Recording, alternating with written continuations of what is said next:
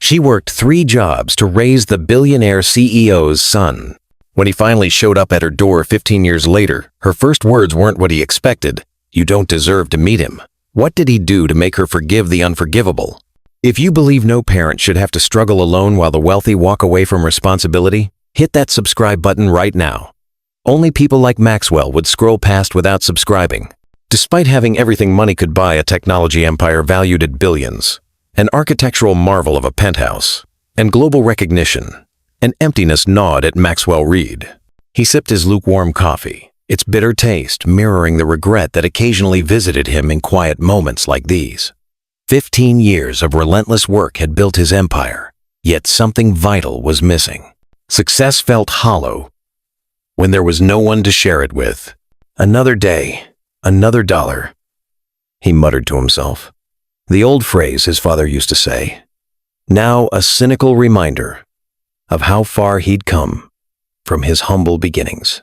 The morning sun streamed through floor-to-ceiling windows, illuminating a space designed by the world's top architects, all clean lines, minimalist furniture, and breathtaking views. A perfect showcase of success. A perfect prison of solitude. The next morning, Maxwell descended in his private elevator, perfectly dressed in a custom Italian suit that cost more than most people's monthly salary. His driver waited at the curb, door already open. "Good morning, Mr. Reed," said Michael, his driver of 8 years. "Morning, Michael. Riverfront offices today. Board meeting at 9. As the luxury sedan glided through morning traffic, Maxwell scrolled through emails on his tablet. A notification from a local news app caught his attention. Normally he ignored these, but a familiar name jumped out at him. Local hero. Single mother. Successfully raises coding prodigy. Against all odds. The headline alone made him pause, but the accompanying photo froze the blood in his veins. Olivia Bennett, his Olivia, stood smiling, her arm around a teenage boy who couldn't be more than 15. A boy with Maxwell's distinctive green eyes and sharp jawline. What would you do if you suddenly discovered you had a child you never knew about? A child who had grown up without you, shaped by your absence? Maxwell's finger trembled as he enlarged the image. The article praised Ethan Bennett, a self-taught programming prodigy who had just won a prestigious youth technology competition with an innovative app that helped connect single parents with community resources. "Michael," Maxwell's voice cracked. "Change of plans.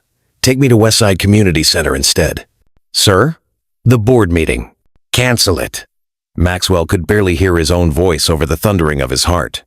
"Family emergency. Family emergency." The words felt foreign on his tongue. He had no family, not since. Memories flooded back. Olivia's voice on the phone 15 years ago, breaking with emotion. He'd been so wrapped up in securing his first major investment deal that he'd barely listened. She was pregnant, that much he'd understood, but in his fear and ambition, he'd made the worst decision of his life. "I can't do this right now, Olivia. The timing is all wrong. Maybe after the company takes off." He transferred money to her account, assuming that would solve the problem. Days later, she returned the money with a note. "We don't need your guilt payment. We'll be fine without you." Had she said, "we," even then? Had he been so self-absorbed that he missed this crucial detail? The car pulled up to a modest brick building. Westside Community Center read a simple wooden sign. Children's laughter drifted from an open window. "Wait here," Maxwell told Michael, his legs unsteady as he stepped onto the sidewalk. A mural decorated one wall of the center, vibrant colors depicting children holding hands across a rainbow bridge. Maxwell approached the entrance, heart hammering against his ribs. Through the open doors, he saw a gathering in the main room. A small celebration appeared to be underway, and there she was, Olivia moving among the guests with practiced ease, her smile warm and genuine as she spoke with community members. She looked different, yet the same. Her blonde hair was shorter now, brushing her shoulders instead of cascading down her back. Laugh lines framed her eyes, eyes that had once looked at him with such love. She wore simple jeans and a Westside Community Center t-shirt, a far cry from the corporate attire she'd worn when they first met at his startup's launch party. Before Maxwell could retreat or advance, A teenage boy appeared in the doorway. Tall and lanky with familiar green eyes, he stared at Maxwell with curious intensity. "Can I help you?" the boy asked, his voice deepening but not yet fully matured. Maxwell opened his mouth, but no words emerged. This was his son, his flesh and blood. The boy had Maxwell's jawline, his mother's nose. There's a moment in everyone's life when your entire world shifts on its axis. When everything you thought you knew about yourself suddenly feels incomplete. "Ethan, who are you talking to?" A woman appeared beside the boy, followed by several children. "Someone's here," the boy Ethan replied, turning back toward the room. "Mom, someone's here for you." Olivia appeared behind her son, wiping her hands on a small towel. "What is it, Ethan?" "We're about to cut the—" She froze when she saw Maxwell. The towel slipped from her fingers. Maxwell. His name escaped her lips as barely a whisper. "Hello, Olivia." Maxwell's voice trembled. "It's been a long time." The teenagers looked between Olivia and this stranger, confusion evident on their faces. "Ethan," Olivia said, her voice strained but controlled. "Could you please go help Miss Diana with the refreshments? I need to speak with this gentleman." "But Mom," began Ethan. "Please, just for a few minutes." Ethan reluctantly retreated, casting curious glances over his shoulder. Olivia stepped onto the porch, closing the door behind her. Her composure was remarkable, but Maxwell could see the slight tremor in her hands. "What are you doing here?" she asked quietly. "I saw the article about Ethan and the competition," Maxwell's voice caught. "Olivia, is he—" "Yes." Her response was clipped. "He's yours." Maxwell leaned against the porch railing for support. "Why didn't you tell me?" Fire flashed in Olivia's eyes. "I did tell you. You were too busy becoming a tech mogul to listen. And then you made it abundantly clear. You wanted no part of it." "I never knew," Maxwell whispered. "Would it have made a difference?" Olivia challenged. "One child wasn't worth staying for." "Would knowing have changed your mind?" Her words cut deep because they contained truth. Maxwell had no defense. "What's he like?" he asked instead. Olivia's expression softened slightly. "He's brilliant, kind, stubborn as hell that he gets from you. He taught himself coding on a second-hand laptop I saved 6 months to buy him. The article said he won the Young Innovators competition. Yes, his app connects single parents with community resources, affordable childcare, job opportunities, educational support." Pride shone in her eyes. "He created it because he saw how hard it was for me, working 3 jobs to keep us afloat." Maxwell swallowed hard. 3 jobs? Morning barista shift starting at 5 a.m., administrative assistant from 10 to 4, online tutoring at night after Ethan went to bed. She recited this without self-pity, as simple fact. That was just the first few years. It got easier once he started school. Can you imagine the strength it takes to work 3 jobs while raising a child alone? To sacrifice everything for someone else's future? Shame washed over Maxwell. While he'd been building his empire, she'd been working herself to exhaustion just to survive. "The other children," he began, "are my students from the after-school program. I run it here 3 days a week." She crossed her arms. "Why are you here, Maxwell? After 15 years, why now?" "Because I was wrong," Maxwell admitted, his voice breaking. "So terribly wrong. I've made billions, but I've never been happy. Not really. And seeing him, seeing you, I realize what I threw away." Olivia studied him, searching for sincerity or manipulation. Maxwell stood before her, stripped of his corporate armor, just a man facing the consequences of his choices. The door opened and Ethan spilled out onto the porch. "Mom," he said clearly. I couldn't help overhearing. "Is this guy really my father?"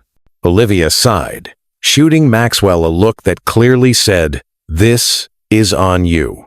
Maxwell took a deep breath. "Yes, I am your father, though I haven't earned that title." He looked at the boy directly. "My name is Maxwell Reed, and I'm so sorry I haven't been here." "The Maxwell Reed?" Ethan's eyes widened. "The Reed Innovations guy? The one who developed the quantum processing algorithm?" Maxwell nodded uncomfortably. Cool, Ethan exclaimed, then quickly tempered his enthusiasm at his mother's sharp glance. Why did you leave us? The simple question hit Maxwell like a physical blow. What would you say if you had to explain your worst mistake to someone who suffered because of it? How do you ask forgiveness for 15 years of absence? I was scared, he admitted, and selfish. I thought my company was the most important thing in my life. He met Olivia's gaze. I was wrong. Ethan stepped forward. Are you back now? Like, for good? That's not for me to decide, Maxwell replied carefully. That depends on your mother and on you. Olivia's expression remained guarded, but something in her eyes had shifted. Perhaps, she said carefully, we could start with dinner tomorrow night at our house. She looked at her son. If that's what you want. Ethan nodded, studying Maxwell with an intensity that reminded him of looking in a mirror. I'd be honored, Maxwell said, emotion threatening to overtake him. As he prepared to leave, Ethan approached him awkwardly. So, should I call you Dad, or? You can call me Maxwell for now, he replied gently. I need to earn, Dad. He exchanged contact information with Olivia, promising to arrive at 6 the next evening. As his car pulled away, Maxwell looked back at the two figures standing on the porch, the family he never knew he had. Tears blurred his vision as Michael navigated back toward the city center. Are you all right, sir? Michael asked, concern evident in his voice. No, Maxwell replied honestly. But I think for the first time in 15 years, I might be heading in the right direction. If you believe the system that lets wealthy people like Maxwell abandon their responsibilities is broken, hit that like button. Only those who defend the privileged would keep scrolling. Maxwell sat in his car outside the modest 2-story home, clutching a wrapped package. He'd spent hours selecting a gift that might appeal to a teenage boy he knew nothing about, a high-end laptop that would support Ethan's programming interests. Would he see this present as a genuine gesture or a transparent attempt to buy affection? His watch read 5:55 p.m. After 15 years of absence, being precisely on time seemed crucial. The front door opened before he reached it. Ethan stood in the entryway, watching Maxwell approach with an unreadable expression. Hi, he said simply. Mom's finishing dinner. Thank you, Ethan, Maxwell replied, stepping inside. He offered the wrapped package. This is for you. I thought it might help with your programming projects. Ethan accepted it with a cautious smile and disappeared into another room. The home felt lived in, and warm walls adorned with photographs and children's artwork, bookshelves overflowing with well-read paperbacks, a basket of unfolded laundry on the sofa. So different from Maxwell's sterile penthouse with its minimalist design and untouched surfaces. What does a real home look like? Not the showcase mansions featured in architectural magazines, but a place where people truly live, love, and grow together. Maxwell's throat tightened at a framed photo of a much younger Olivia holding a toddler Ethan on her lap, both beaming at the camera. So many moments he'd missed. 15 birthdays, came Olivia's voice from behind him. She stood, wiping her hands on a kitchen towel. 15 Christmases, first steps, first words, first day of school, first broken bone he fell from a tree when he was 7. Maxwell turned, unable to mask his regret. Olivia, dinner's ready, she interrupted, her tone neutral but not cold. Ethan table. Thundering footsteps announced Ethan's return. He bounded down the stairs, the laptop box under his arm. Mom, this is insane. It's a Quantum Pro. The processing power on this thing is ridiculous. Olivia raised an eyebrow. Maxwell, you didn't need to. I wanted to, he said simply, though I realize gifts can't make up for lost time. Dinner was homemade lasagna with garlic bread and salad. The conversation started awkwardly, with long pauses and uncertain glances. So, Ethan finally said, You make computers or something? Maxwell smiled. Something like that. My company develops software and technology solutions. We started with mobile applications, but now we work on larger systems. Like what? Ethan leaned forward eagerly. Like the operating system in your school's computer lab, Maxwell replied. And the security protocols that protect online banking. Ethan's eyes widened. That's actually pretty cool. Is that why you left? The blunt question hung in the air. Because you were busy making all that stuff? The table fell silent. Olivia looked ready to intervene, but Maxwell shook his head slightly. No, Ethan, he answered honestly. I left because I was afraid. I wasn't ready to be a father, and I convinced myself that my work was more important than family. He met Olivia's eyes briefly. It was the biggest mistake of my life. Children have this way of cutting through pretense with their questions. They ask exactly what adults are too polite or too afraid to say. After dinner, Ethan eagerly set up his new laptop, while Olivia and Maxwell stood at the sink, washing dishes in weighted silence. He's an amazing kid, Maxwell said finally. He is, Olivia agreed. Smart, kind, resilient. He gets that from you.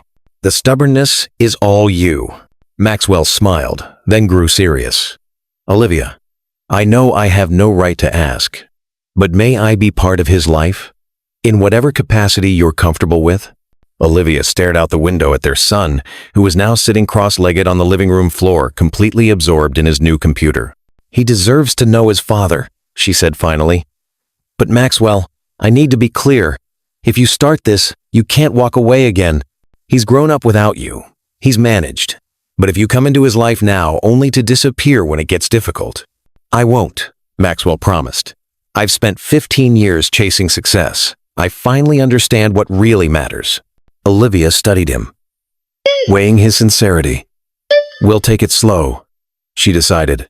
Weekend visits, maybe a dinner during the week. Let's see how it goes. Let's see how it goes. Maxwell nodded, grateful for any opportunity. Thank you. In the following weeks, Maxwell restructured his entire life around his newfound son. He delegated more responsibilities at work, scheduled board meetings around Ethan's coding club meetings, and declined business trips that would take him away for too long. His executive assistant, Veronica, watched these changes with curiosity. You're turning down the Seoul conference? That's the biggest tech summit in Asia. Family commitment, Maxwell replied simply, placing a framed photo of Ethan on his desk. Veronica's eyes widened. Since when do you have? It's a long story, Maxwell said with a smile. 15 years long, actually. What happens when a man who has prioritized work above all else suddenly discovers something more important? Can someone truly change after decades of putting ambition first? Ethan was cautiously receptive to Maxwell's presence in his life.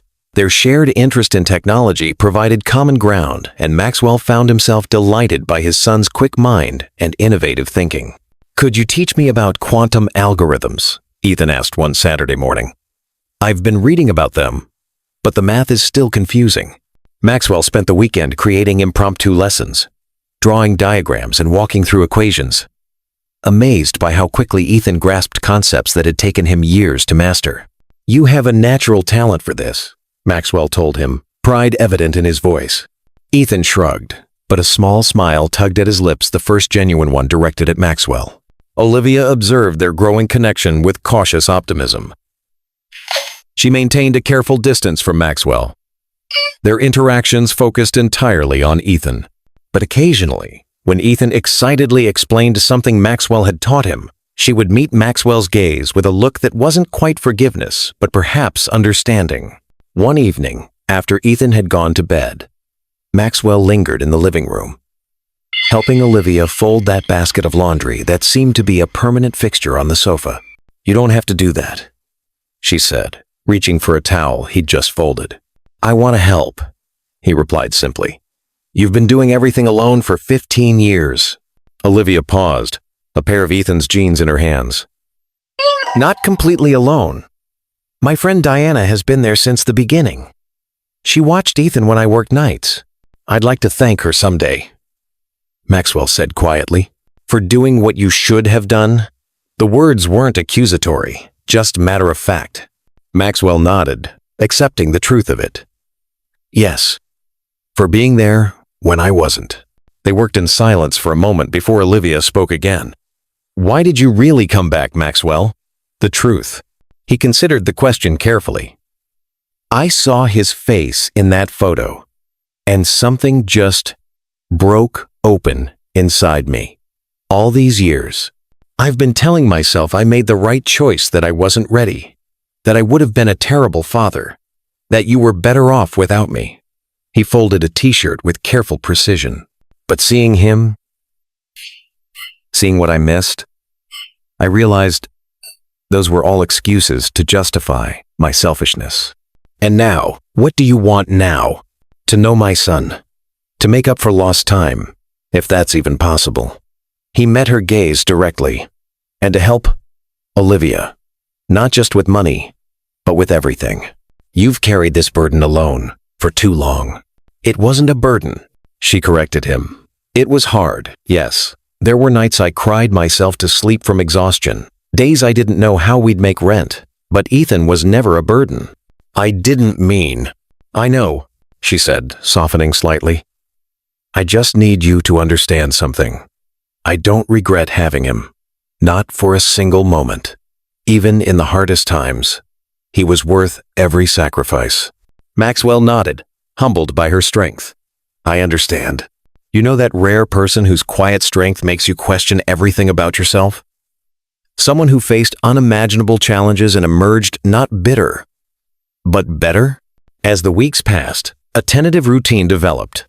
Maxwell would visit on Wednesday evenings and spend Saturdays with Ethan. They explored shared interests, not just technology, but also a surprising mutual love for science fiction novels and classic rock music. Gradually, Ethan began to open up, sharing stories from his childhood and asking questions about Maxwell's life. "Did you always want to build a tech company?" Ethan asked one Saturday as they walked through a park near Olivia's home. "Not exactly," Maxwell admitted. "I wanted to create things that would change the world. The company was just a means to that end." He glanced at his son. "What about you? What do you want to do?" Ethan kicked at a stone on the path. "I want to build systems that help people like my app, but bigger. There are so many problems that could be solved with the right technology." Pride swelled in Maxwell's chest. "Mom says I should focus on finishing high school first." Ethan grinned. "She's probably right." "Your mother is a wise woman," Maxwell agreed. "Wiser than I was at her age. At any age, really." The conversation paused as they reached a playground where younger children were playing. Ethan watched them for a moment before asking, "Were you really scared when Mom told you about me?" Maxwell considered deflecting but decided his son deserved honesty. "Terrified. I was 24, obsessed with my startup, barely able to take care of myself. The thought of being responsible for another human being." He shook his head. "But that's no excuse. Your mother was just as young, just as unprepared, and she stepped up." "She says I was the best thing that ever happened to her," Ethan said quietly. "She's right about that too," Maxwell replied. "You're extraordinary, Ethan, and that's because of her, not me." As they turned to head back, Ethan asked the question Maxwell had been dreading. "Are you going to stay this time? For real?" "Yes," Maxwell answered without hesitation. "I'm not going anywhere. I promise." Ethan studied him with those penetrating green eyes, so like Maxwell's own, before nodding once. What does it take to rebuild trust once it's been shattered? Is a promise enough, or must it be backed by consistent action over time? Comment: Justice for single parents if you believe no mother should have to work herself to exhaustion while absent fathers like Maxwell live in luxury. Only those who support deadbeat parents would stay silent. The following month brought a new development. Ethan's school announced the prestigious Young Innovators Competition would be holding regional finals at their campus. The winner would receive a full scholarship to any technology university in the country and a substantial cash prize. "You should enter," Maxwell encouraged during dinner at Olivia's house. "Your community resources app is exactly the kind of innovation they're looking for." Ethan pushed food around his plate. "I don't know. The competition is sponsored by major tech companies. The other kids will have way more resources than me." "That's never stopped you before," Olivia pointed out. "You built your app on a second-hand laptop." "But now I have the Quantum Pro," Ethan said, glancing at Maxwell. "Isn't that an unfair advantage?" Maxwell felt a surge of warmth at his son's integrity. "Tools are just tools, Ethan. It's the mind behind them that matters. Your idea is what's important, not the computer you use to develop it." Olivia nodded in agreement. He's right. You should enter. I'll think about it, Ethan promised. Later, as Maxwell prepared to leave, Olivia walked him to the door. Thank you for encouraging him, she said. He needs to hear that from you. I meant every word, Maxwell replied. He's brilliant. The competition deadline is next week. Olivia hesitated. Would you be willing to help him refine his presentation? I'm good with words, but the technical aspects are beyond me. The request the first time she'd asked anything of him felt monumental. Of course. I'd be honored. The next day, Maxwell received a call from his assistant. Sir, there's something you should know about the Young Innovators competition. What about it? Reed Innovations is the primary sponsor this year. You're scheduled to be the head judge for the finals. Maxwell froze. When was this decided? 3 months ago, sir. It's been on your calendar. The board thought it would be good publicity. Picture the moment when your past and present collide unexpectedly. When the life you've built suddenly intersects with the one you left behind. Maxwell hadn't paid attention to such details before Ethan came into his life. Now, the coincidence seemed like both an opportunity and a complication. I'll need to recuse myself from judging, he decided. Find out the protocol for that. That evening, he called Olivia to explain the situation. Her response was immediate and firm. Absolutely not. You can't be involved in judging a competition Ethan is entering. It would be a conflict of interest. I agree completely, Maxwell assured her. I'm already arranging to step down from the judging panel. Good, she said, relief evident in her voice. Ethan needs to do this on his own merits. No special treatment. Of course, Maxwell agreed. But Olivia, there's something else we should consider. When I withdraw, I'll need to give a reason. This could make our situation public. A long silence followed. You mean people will find out you're Ethan's father? Yes. Are you prepared for that? Is Ethan? Another pause. I need to talk to him first. This should be his decision. The next day, Olivia called back. We've discussed it. Ethan wants to enter the competition, and he's okay with people knowing the truth. But he has one condition. What's that? He wants to compete under his own name, Bennett, not Reed. He says he wants to win or lose as himself, not as your son. Pride and humility warred in Maxwell's chest. I understand. Tell him I respect his decision. The news broke the following week. Tech billionaire Maxwell Reed steps down from judging innovation competition. Cites personal connection to contestant. The business press speculated wildly, but Maxwell's PR team released a simple statement. Mr. Reed recently discovered he has a 15-year-old son who will be competing. To avoid any appearance of impropriety, he has recused himself from judging. What happens when private family matters suddenly become public? How do you protect those you love from the harsh spotlight of media attention? The statement unleashed a media frenzy. Reporters camped outside Olivia's house, forcing her to stay with Diana temporarily. Ethan's school was inundated with press inquiries. Maxwell's board of directors called an emergency meeting. This is a PR nightmare, declared Philip Hargrove, the oldest board member. An illegitimate child appearing out of nowhere? The markets are already responding negatively. Ethan is not illegitimate, Maxwell said coldly. He's my son. A son you knew nothing about until a month ago, another board member pointed out. How do we know this isn't some scheme to extract money from you? From the company? Maxwell's temper flared. Because I know Olivia Bennett. She returned my money 15 years ago and has never asked for a penny since. She worked 3 jobs to raise our son while I was building this company. If anyone has been extracted from, it's them. The room fell silent at his vehemence. What do you propose we do? Hargrove finally asked. Nothing, Maxwell replied. This is my personal life. It has no bearing on the company's operations or future. The public will disagree, Hargrove warned. Your image is intertwined with Reed Innovations. We need to get ahead of this narrative. Maxwell stood, signaling the end of the discussion. The only narrative that matters is the truth. I abandoned my responsibilities 15 years ago. Now I'm trying to make amends. If that affects our stock price, so be it. As he left the boardroom, His phone rang. It was Olivia, her voice tight with anger. "Have you seen what they're saying about us? About Ethan?" "I'm sorry," Maxwell said, genuinely distressed. "I didn't think the media would react this strongly." "Well, they have. There are reporters calling Ethan a gold digger's son. They're digging into my past, publishing photos of me from college. Ethan can't even go to school without being harassed." "Tell me what you need," Maxwell said immediately. "Security? A different place to stay? Legal representation? I need you to fix this," Olivia snapped. "You brought this storm into our lives. Now fix it." Maxwell took a deep breath. "I'll call a press conference. Today.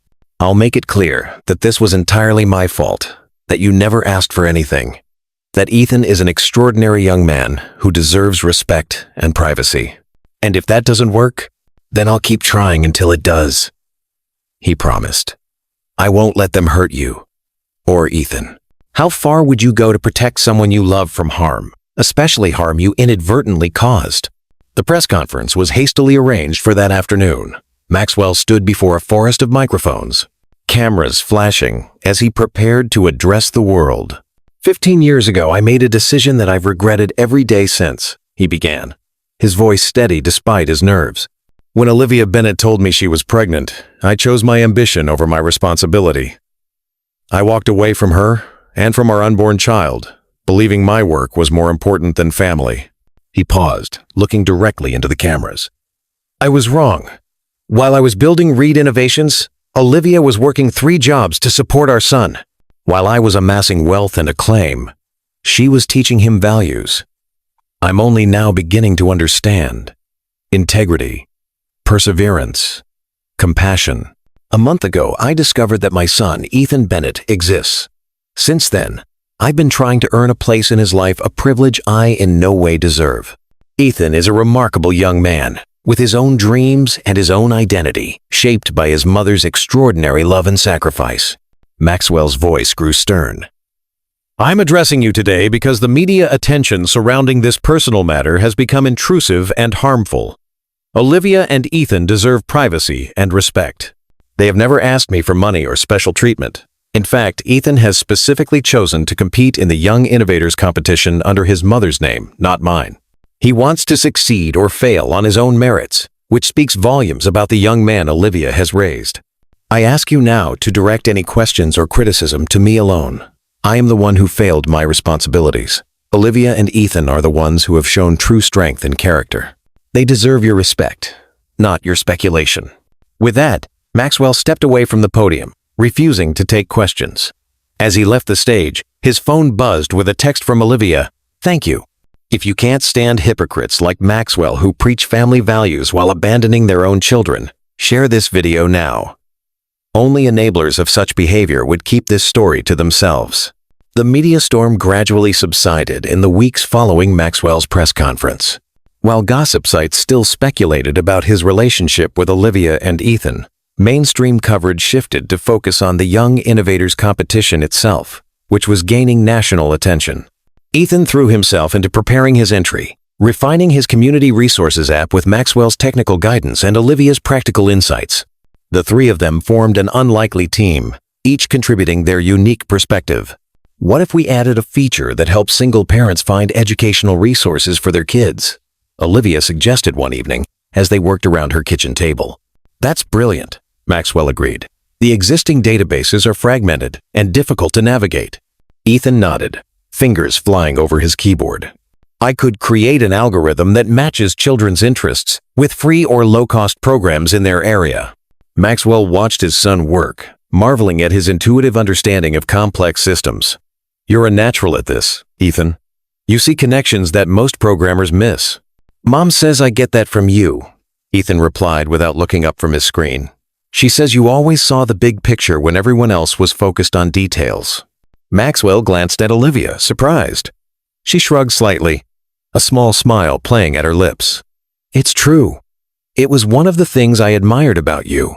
Before." The acknowledgement of their shared past, of anything positive between them, felt like a significant shift. Maxwell held her gaze for a moment, before turning back to Ethan's project.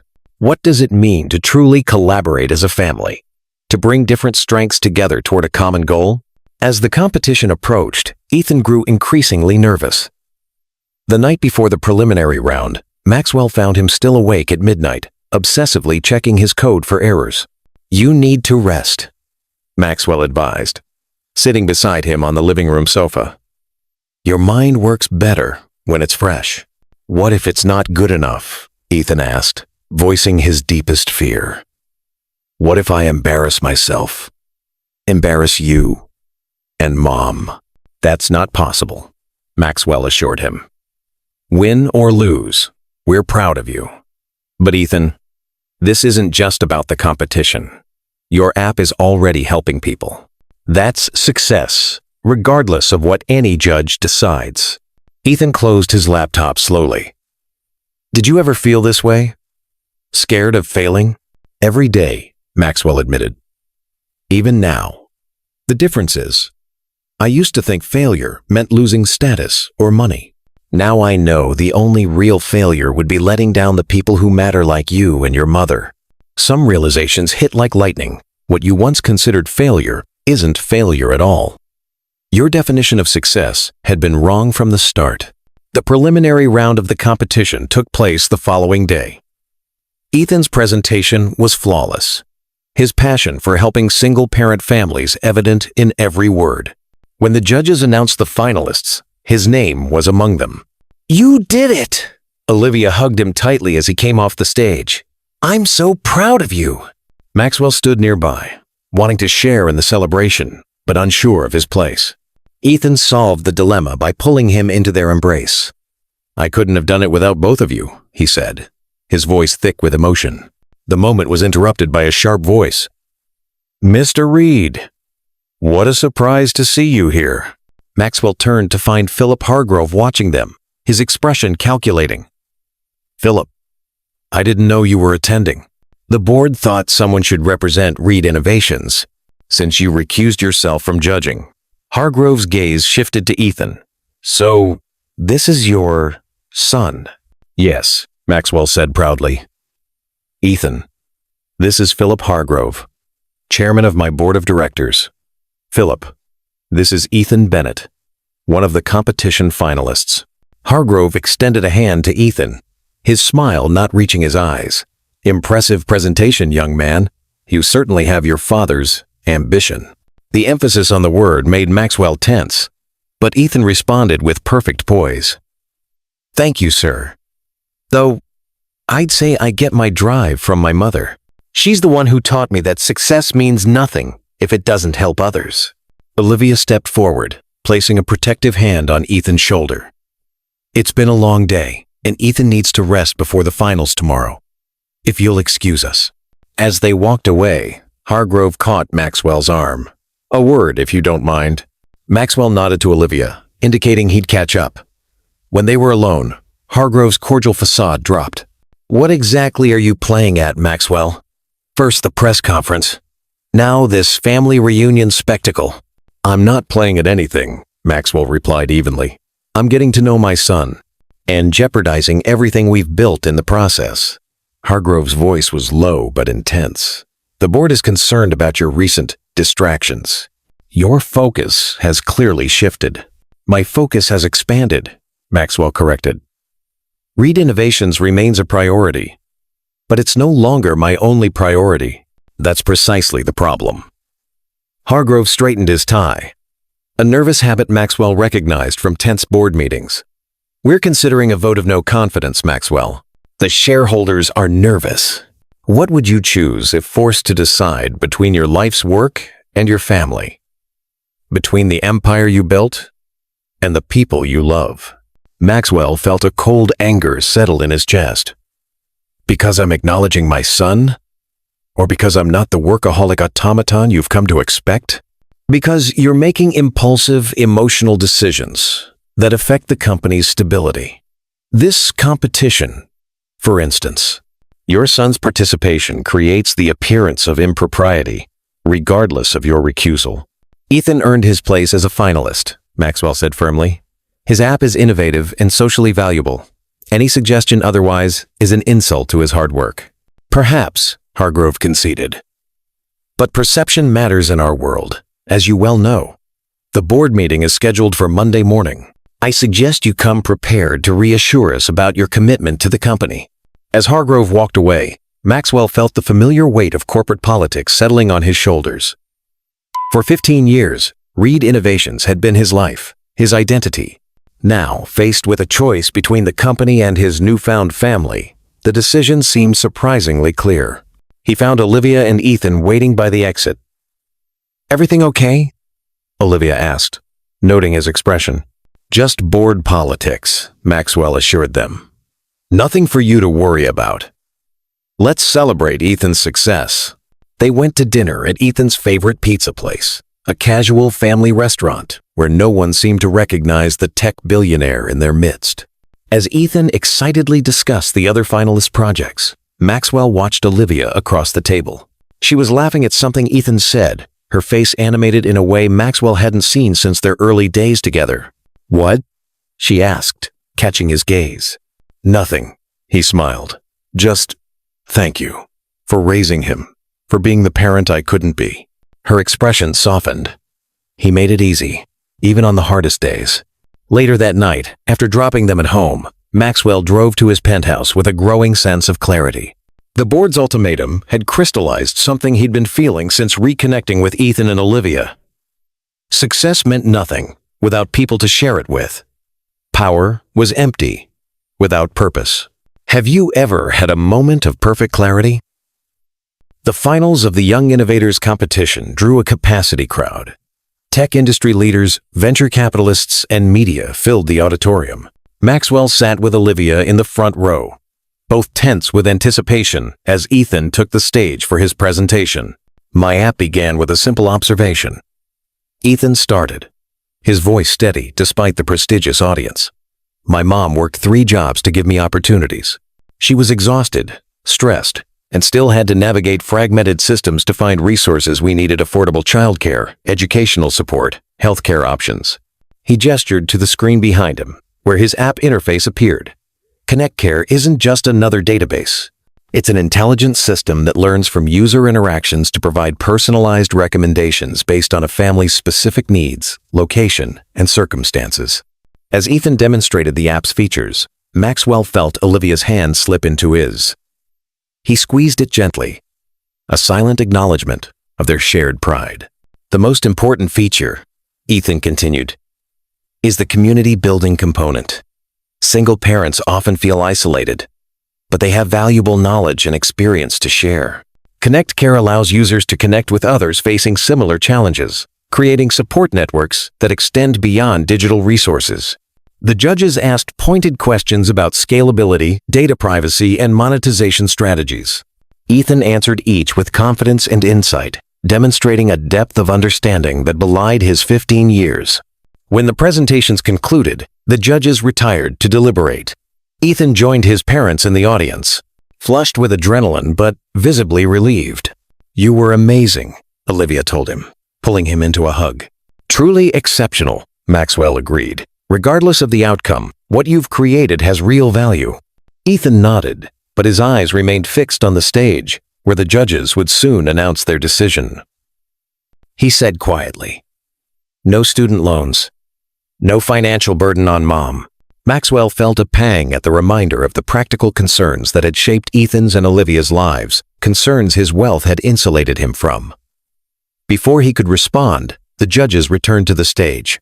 The head judge, a renowned computer science professor, approached the microphone. "We've evaluated the finalists based on innovation, technical execution, and potential social impact. All 5 projects showed remarkable promise, making our decision extremely difficult." The tension in the room was palpable. Families leaned forward in their seats. Competitors held hands or crossed fingers. What would you be thinking in that moment of suspended time, waiting for a decision that could change everything? Maxwell held his breath as the judge opened the envelope. The winner of this year's Young Innovators competition, receiving a full university scholarship and $50,000 development grant, is Ethan Bennett for ConnectCare. The audience erupted in applause. Ethan sat frozen for a moment before Olivia nudged him toward the stage. As he accepted the award, his eyes sought out his parents in the front row, his smile radiant with disbelief and joy. "I want to thank the judges for this incredible opportunity," Ethan said into the microphone. "And my mom, who inspired this project through her strength and sacrifice." He paused, then added, "And my father, who helped me refine the technical aspects. This wouldn't have been possible without both of you." The acknowledgement, public and unrehearsed, hit Maxwell with unexpected force. Tears pricked his eyes as he applauded his son's achievement. As the ceremony concluded, they were surrounded by well-wishers and media. A reporter thrust a microphone toward Olivia. "Miss Bennett, how does it feel to see your son win after all your years of sacrifice?" Olivia smiled, composed despite the intrusion. "It feels like validation of what I've always known, that Ethan is capable of extraordinary things when given the opportunity to shine." "And Mr. Reed," the reporter turned to Maxwell, "are you planning to bring Ethan into Reed Innovations now that his talent is evident?" "Ethan will make his own choices about his future," Maxwell replied firmly. "My role is to support those choices, not dictate them." As they navigated through the crowd toward the exit, Hargrove appeared, blocking their path. "Congratulations, young man," he said to Ethan, his smile tight. "Quite an achievement." "Thank you, sir," Ethan replied politely. Hargrove turned to Maxwell. "The board meeting tomorrow is still on. I trust you'll be there?" "I wouldn't miss it," Maxwell assured him, his tone making it clear the conversation was over. Outside, as they waited for their cars, Olivia noticed Maxwell's tension. What was that about? With Hargrove? Maxwell hesitated, not wanting to dampen Ethan's celebration. "Just business. Nothing important today." "It seemed important," she pressed. "Is it about Ethan? About us?" "The board is concerned about my changing priorities," Maxwell admitted. "They're considering a vote of no confidence." Olivia's expression fell. "Because of us, Maxwell? I never wanted to cause problems for you." "You haven't," he interrupted gently. "If anything, you and Ethan have helped me see what really matters. The board's concerns are their problem, not ours." "But your company is just a company?" Maxwell finished. "I built it once. I could build another if necessary. But I can't rebuild these years with Ethan. I can't reclaim the time I've already lost. What would you sacrifice to protect what truly matters? How much of your identity would you be willing to risk?" Ethan, who had been listening quietly, spoke up. "Are you going to lose your company because of me?" "No," Maxwell said firmly. "If changes happen at Reed Innovations, it will be because I've chosen to prioritize what truly matters. That's my decision, not your responsibility." As their cars arrived, Maxwell made a spontaneous suggestion. "Why don't we celebrate properly?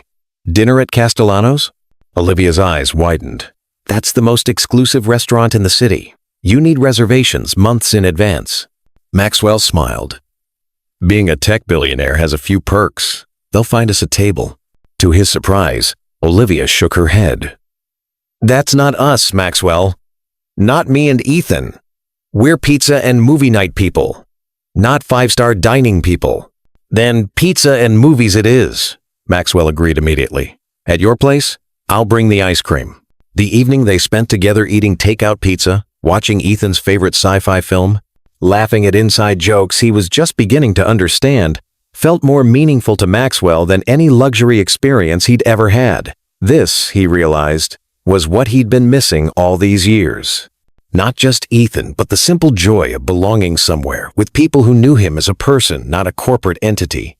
As the movie ended, Ethan yawned and announced he was heading to bed.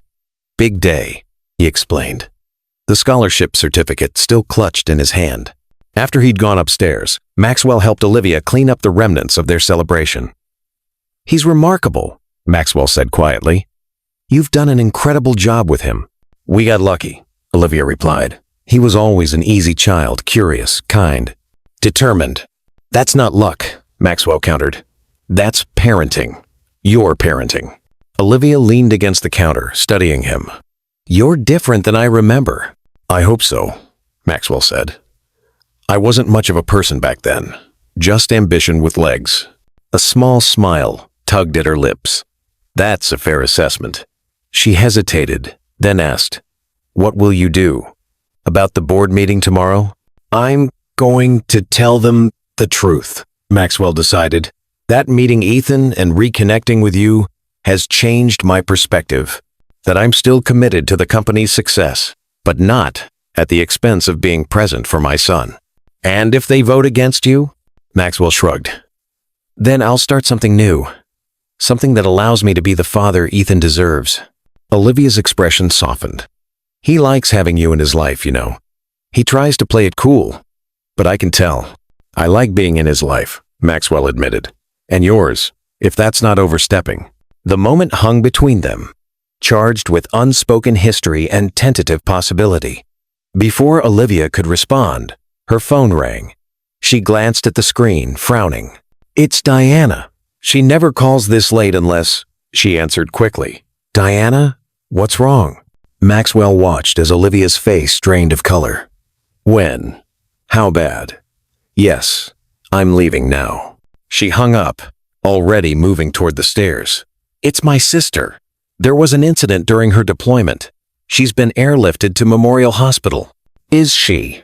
"Alive, but critical." Olivia called over her shoulder as she rushed to wake Ethan. "I need to get to the hospital right away." "I'll drive you," Maxwell offered immediately. "You're in no state to be behind the wheel." How do you respond when crisis strikes? Do you step up or step back? Do you take charge or fade away? 20 minutes later, they were hurrying through the hospital's emergency entrance. Diana met them in the waiting area, her face drawn with worry. "They've taken her into surgery," she explained, hugging Olivia tightly. "The doctors say it's serious, but they're cautiously optimistic." "What happened?" Olivia asked, clutching Ethan's hand. "IED explosion." She was helping evacuate civilians. Diana noticed Maxwell standing awkwardly behind them. "You must be the father." "Maxwell Reed," he confirmed, extending his hand. "I'm sorry we're meeting under these circumstances." Diana's handshake was firm, her assessment direct. "Olivia says you're trying to make amends. That's something, at least." The hours crawled by as they waited for news. Ethan eventually fell asleep across 3 uncomfortable waiting room chairs. Olivia paced restlessly, while Diana made endless trips to the coffee machine. Maxwell felt helpless in the face of their worry. This was a family crisis, one that highlighted how much he was still an outsider in their lives. Yet he couldn't bring himself to leave. In the early hours of the morning, a surgeon appeared, still in scrubs. "Bennett family?" Olivia rushed forward. "I'm Olivia Bennett. Sarah is my sister."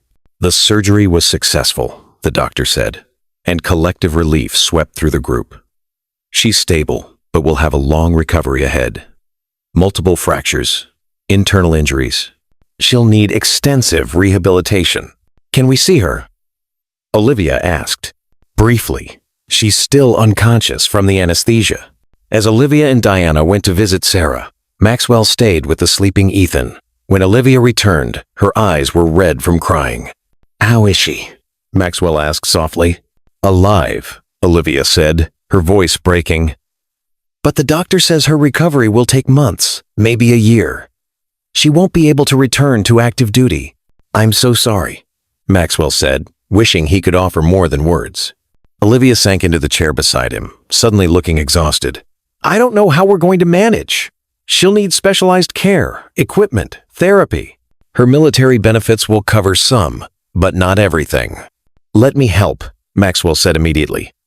"Please, Olivia, let me cover her medical expenses, whatever insurance doesn't." She looked at him sharply. "We don't need your charity, Maxwell." "It's not charity," he insisted.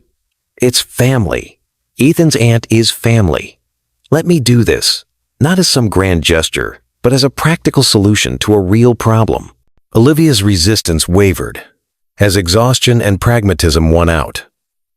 "We can discuss it later. Right now, I need to figure out logistics. Sarah was supposed to come home next month.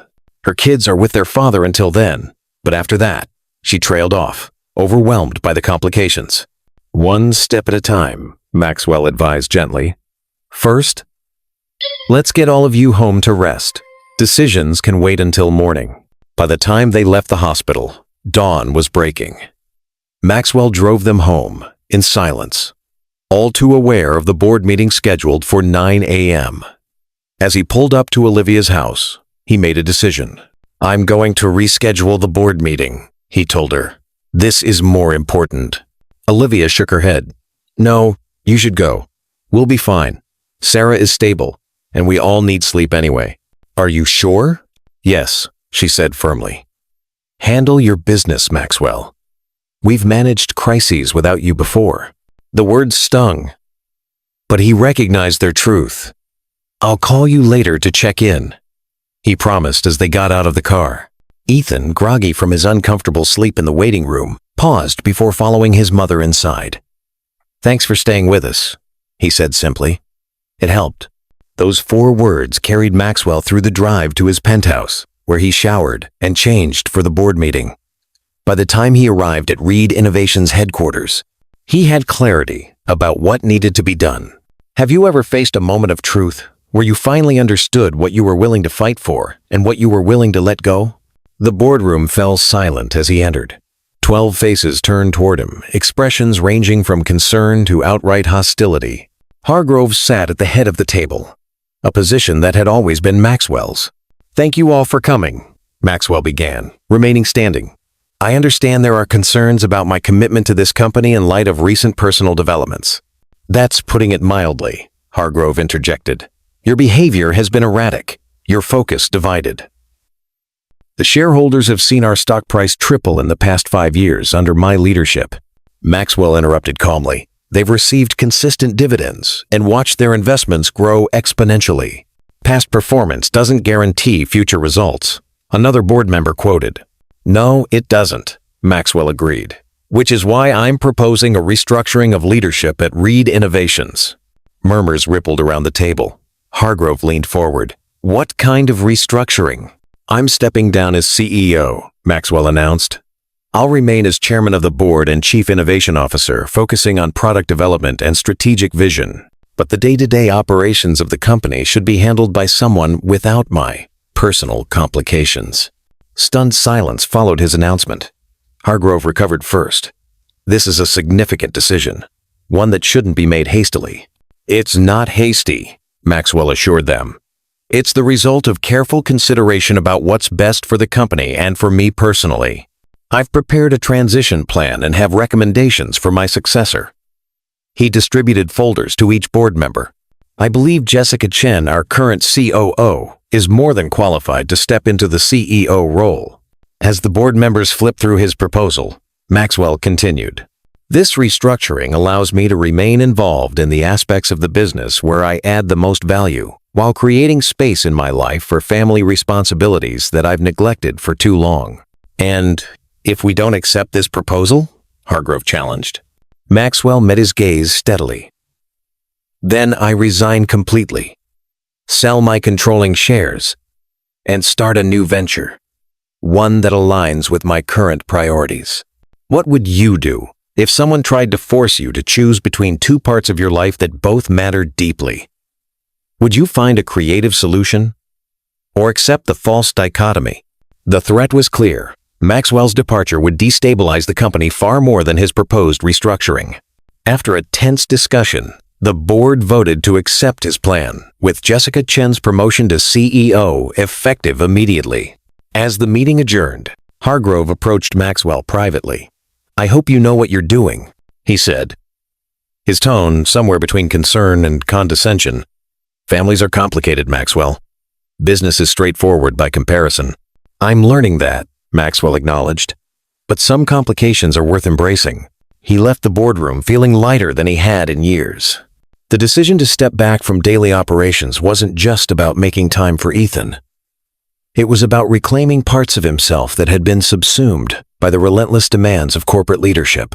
When he called Olivia to check in, she sounded exhausted but relieved. "Sarah's awake and responsive. The doctors are more optimistic now." "That's wonderful news," Maxwell said sincerely. "How are you holding up?" "Running on coffee and adrenaline," she admitted. "Ethan's been amazing, though. He's already researching adaptive technologies that might help Sarah during her recovery. Like father, like son, Maxwell said without thinking, always looking for technical solutions. To his surprise, Olivia laughed softly. Yes, he does remind me of you that way. The good parts of you, anyway. The comment warmed him unexpectedly. Listen, I have some news of my own. I've stepped down as CEO of Reed Innovations. What? Her shock was evident. Maxwell, you didn't have to. I wanted to, he interrupted gently. I'm still involved as chairman and CIO, but I've handed over daily operations. It feels right, Olivia. For the first time in 15 years, I'm making decisions based on what truly matters, not just what builds the company. A pause followed. I'm proud of you, she finally said, her voice soft. That couldn't have been easy. Easier than you might think, he replied. Once, I knew what I wanted. The conversation shifted to practical matters. Sarah's medical needs, the logistics of her recovery, the possibility of moving her to Olivia's house once she was discharged. Maxwell listened carefully, offering support without overstepping. I'd like to help, he said when she finished outlining the challenges ahead. Not just financially, though that offer stands, but practically too. I have connections with medical specialists, access to resources that could make Sarah's recovery easier. Olivia hesitated, her independence warring with pragmatism. Let me think about it, she finally said, and discuss it with Sarah when she's more lucid. Of course, Maxwell agreed. No pressure. Just know the offer is there. Have you noticed how crisis often reveals character? How the way people respond to unexpected challenges shows who they truly are beneath the surface? Over the next few weeks, a new rhythm developed. Maxwell divided his time between Reed Innovations, where he focused on product development and strategic planning, and Olivia's world, where he gradually became more integrated into their daily lives. He drove Ethan to school on mornings when Olivia needed to be at the hospital early. He attended Sarah's medical consultations, taking notes and asking questions that Olivia, overwhelmed by emotion, sometimes couldn't formulate. He arranged for top specialists to review Sarah's case and recommend optimal rehabilitation protocols. When Sarah was finally discharged, Maxwell hired a construction crew to modify Olivia's house for accessibility, widening doorways, installing ramps, and converting the downstairs study into a bedroom so Sarah wouldn't have to navigate stairs. This is too much, Olivia protested when she saw the extent of the renovations. It's necessary, Maxwell countered. And it's something I can do. Please, let me do this. Gradually, Olivia's resistance to his help softened. She began to call him for advice, to include him in family decisions, to expect his presence at dinner most evenings. The boundaries between them blurred as their shared concern for Sarah and Ethan created a partnership neither had anticipated. One evening, as they sat on Olivia's porch watching Ethan help Sarah with her physical therapy exercises in the yard, Maxwell found the courage to address the shift in their relationship. We've become a good team, he observed quietly. Olivia nodded, her gaze still on her sister and son. Yes, we have. Surprisingly so. I've been thinking, Maxwell continued, his heart rate accelerating, about us, about what might have been if I hadn't been so selfish 15 years ago. Olivia turned to look at him, her expression guarded. Maxwell, I'm not suggesting we can erase the past, he clarified quickly, or that you should forgive me just because I'm trying to do better now. But I want you to know that I regret my choices every day, not just because I missed Ethan's childhood, but because I missed building a life with you. What does true redemption look like? Is it possible to make amends for years of absence? Or are some mistakes too profound to fully repair? Olivia was quiet for a long moment. I was so angry with you, she finally said. For years I defined myself by that anger, by my determination to succeed without you. It became part of my identity, the single mother who didn't need anyone, especially not the man who abandoned her. Maxwell nodded, accepting the truth of her words. But watching you these past months, she continued, seeing how you've changed, how you've prioritized Ethan, how you've helped Sarah without expecting anything in return. It's made it harder to hold on to that anger. I'm not asking for anything, Maxwell assured her. I just wanted you to know how I feel. Olivia's hand found his on the porch railing, her touch tentative but deliberate. I'm not ready to define what this is between us, she said softly, but I'm open to exploring it. It was more than Maxwell had dared to hope for. Slowly sounds perfect, he agreed, his fingers gently intertwining with hers. Their moment was interrupted by Ethan calling from the yard. Mom, Maxwell! Come see what Sarah can do now! They joined the impromptu therapy session, celebrating Sarah's progress together. As the sun set over their small family gathering, Maxwell felt a contentment he'd never experienced in his corner office or penthouse apartment. This, he realized, was what success truly looked like. Comment, money can't buy parenthood if you believe Maxwell's tactics are wrong. Only those who think wealth equals rights would stay silent. 3 months later, Sarah's recovery had progressed remarkably. She was walking with minimal assistance, regaining independence day by day. Her children had adjusted to living with Olivia and Ethan, creating a bustling household that Maxwell visited with increasing frequency. Ethan's app had launched officially, gaining attention from social service agencies nationwide. With Maxwell's guidance on the business aspects and Olivia's insights on user needs, Connect Care was already helping thousands of single-parent families access resources and build community. One Saturday morning, as Maxwell helped Ethan fine-tune some code, Olivia entered the living room with an envelope in hand. This came for you, she said, handing it to Ethan. From MIT. Ethan's eyes widened as he took the envelope. It's too early for admission decisions, he said, his voice uncertain. I won't hear until spring. Open it, Maxwell encouraged. Setting aside the laptop, with trembling fingers, Ethan tore open the envelope and unfolded the letter inside. His expression shifted from confusion to disbelief to joy. I've been invited to their special winter session for exceptional applicants, he breathed. A 2-week program where I'll work with professors and researchers on real projects. They say it's for students they're strongly considering for early admission. That's incredible, Olivia exclaimed, reading over his shoulder. Oh, Ethan, I'm so proud of you. Maxwell felt his chest swell with pride. Congratulations, son. You've earned this. Ethan looked up, his eyes shining. It starts next month, in Cambridge.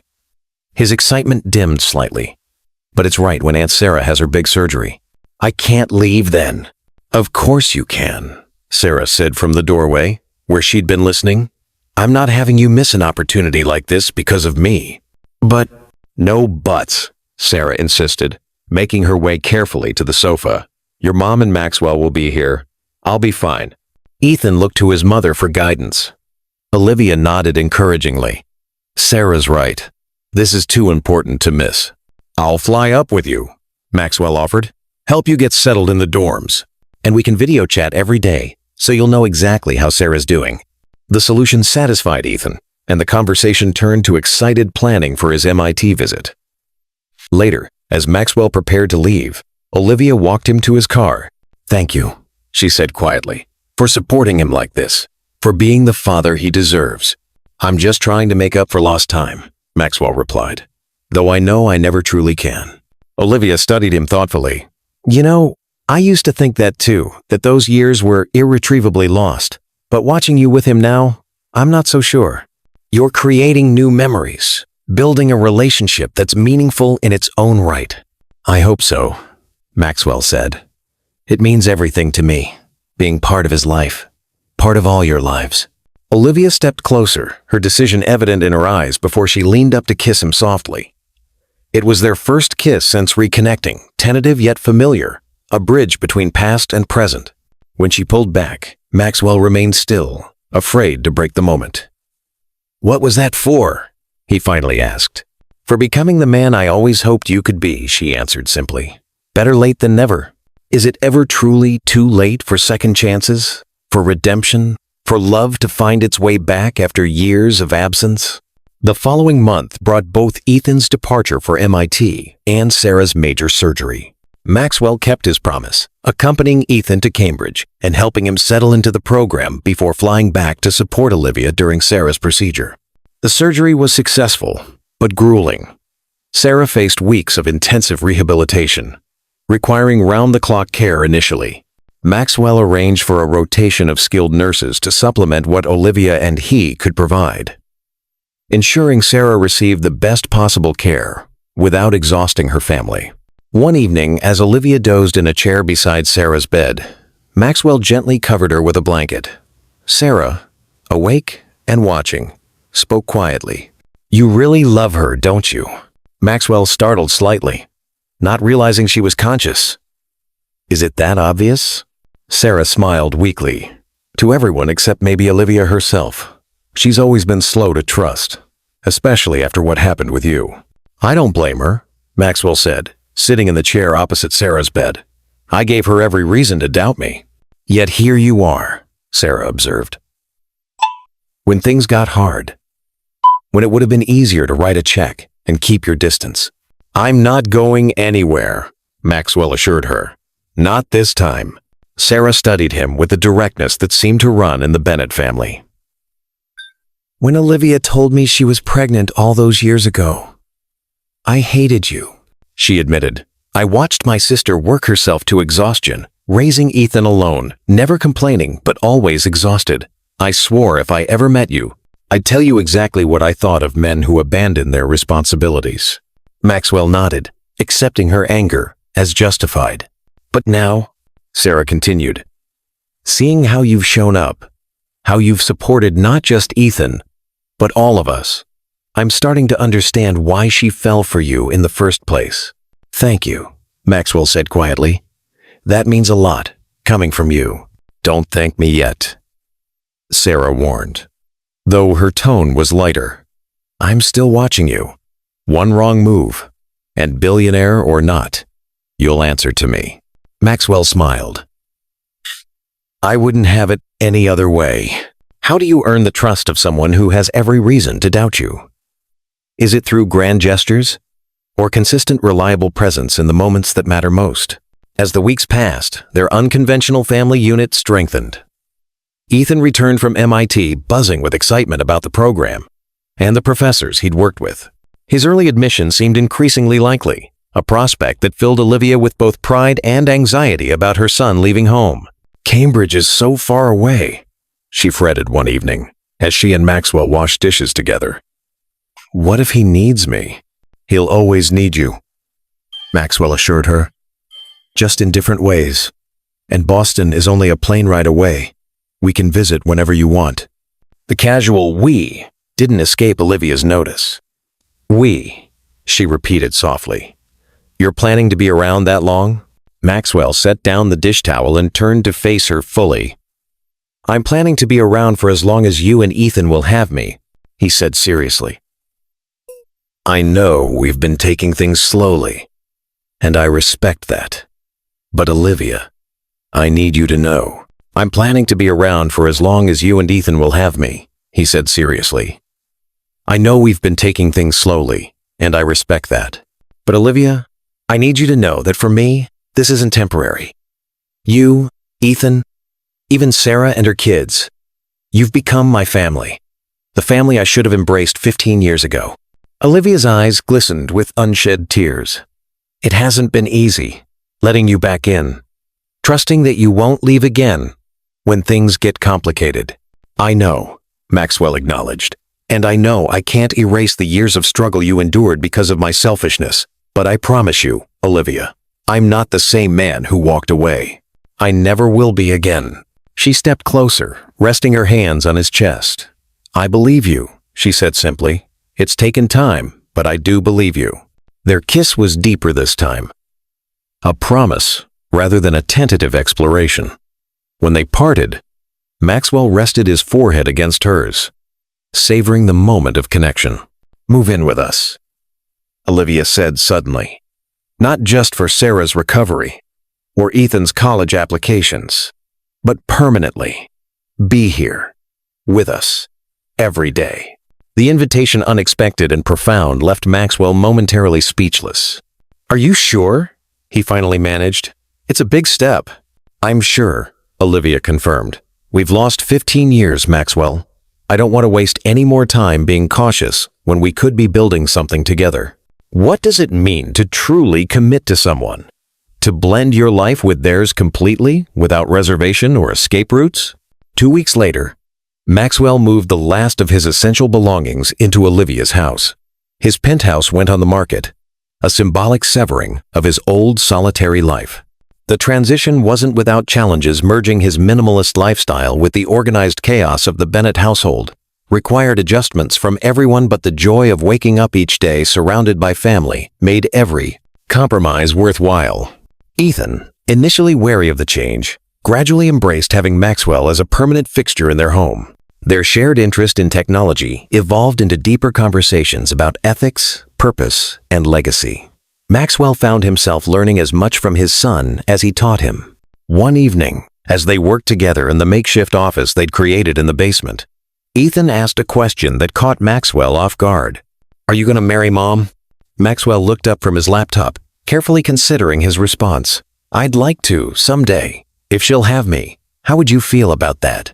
Ethan shrugged, affecting casual indifference, though his eyes betrayed his interest. "It would make sense. You're already here all the time anyway." "That's not a very romantic endorsement," Maxwell observed with a smile. "Well, I'm not the one you need to romance," Ethan pointed out pragmatically. "But, for what it's worth, I think you make her happy. Happier than I've ever seen her." The observation, delivered with teenage nonchalance but profound insight, touched Maxwell deeply. "That's all I want," he admitted, "to make both of you happy. Then you should probably start planning how you're going to ask her," Ethan advised, turning back to his computer. "Mom likes simple gestures, nothing flashy or public." Maxwell nodded, taking the advice seriously. "Noted. Any other tips?" "Just don't mess it up," Ethan said, his tone light but his eyes serious when they met Maxwell's. "She deserves the best. She always has." "On that," Maxwell agreed, "we are completely aligned. If you believe a system that could label a hardworking mother as unfit while rewarding an absent father as broken, subscribe now. Only those who support such injustice would scroll past." Spring arrived, bringing with it Ethan's official acceptance to MIT with a full scholarship. The celebration dinner that evening was a joyous affair, with Sarah now walking with just a cane raising a toast to her nephew's achievement. "To Ethan," she said, lifting her glass, "whose brilliance is matched only by his heart. MIT doesn't know how lucky they are to get you." "And to Olivia," Maxwell added, standing to join the toast, "who made all of this possible through years of sacrifice and unwavering support." Olivia blushed at the attention, but raised her glass.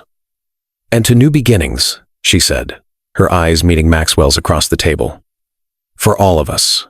After dinner, as Sarah and her children cleared the table, insisting that Olivia and Ethan take the night off from chores, Maxwell suggested a walk.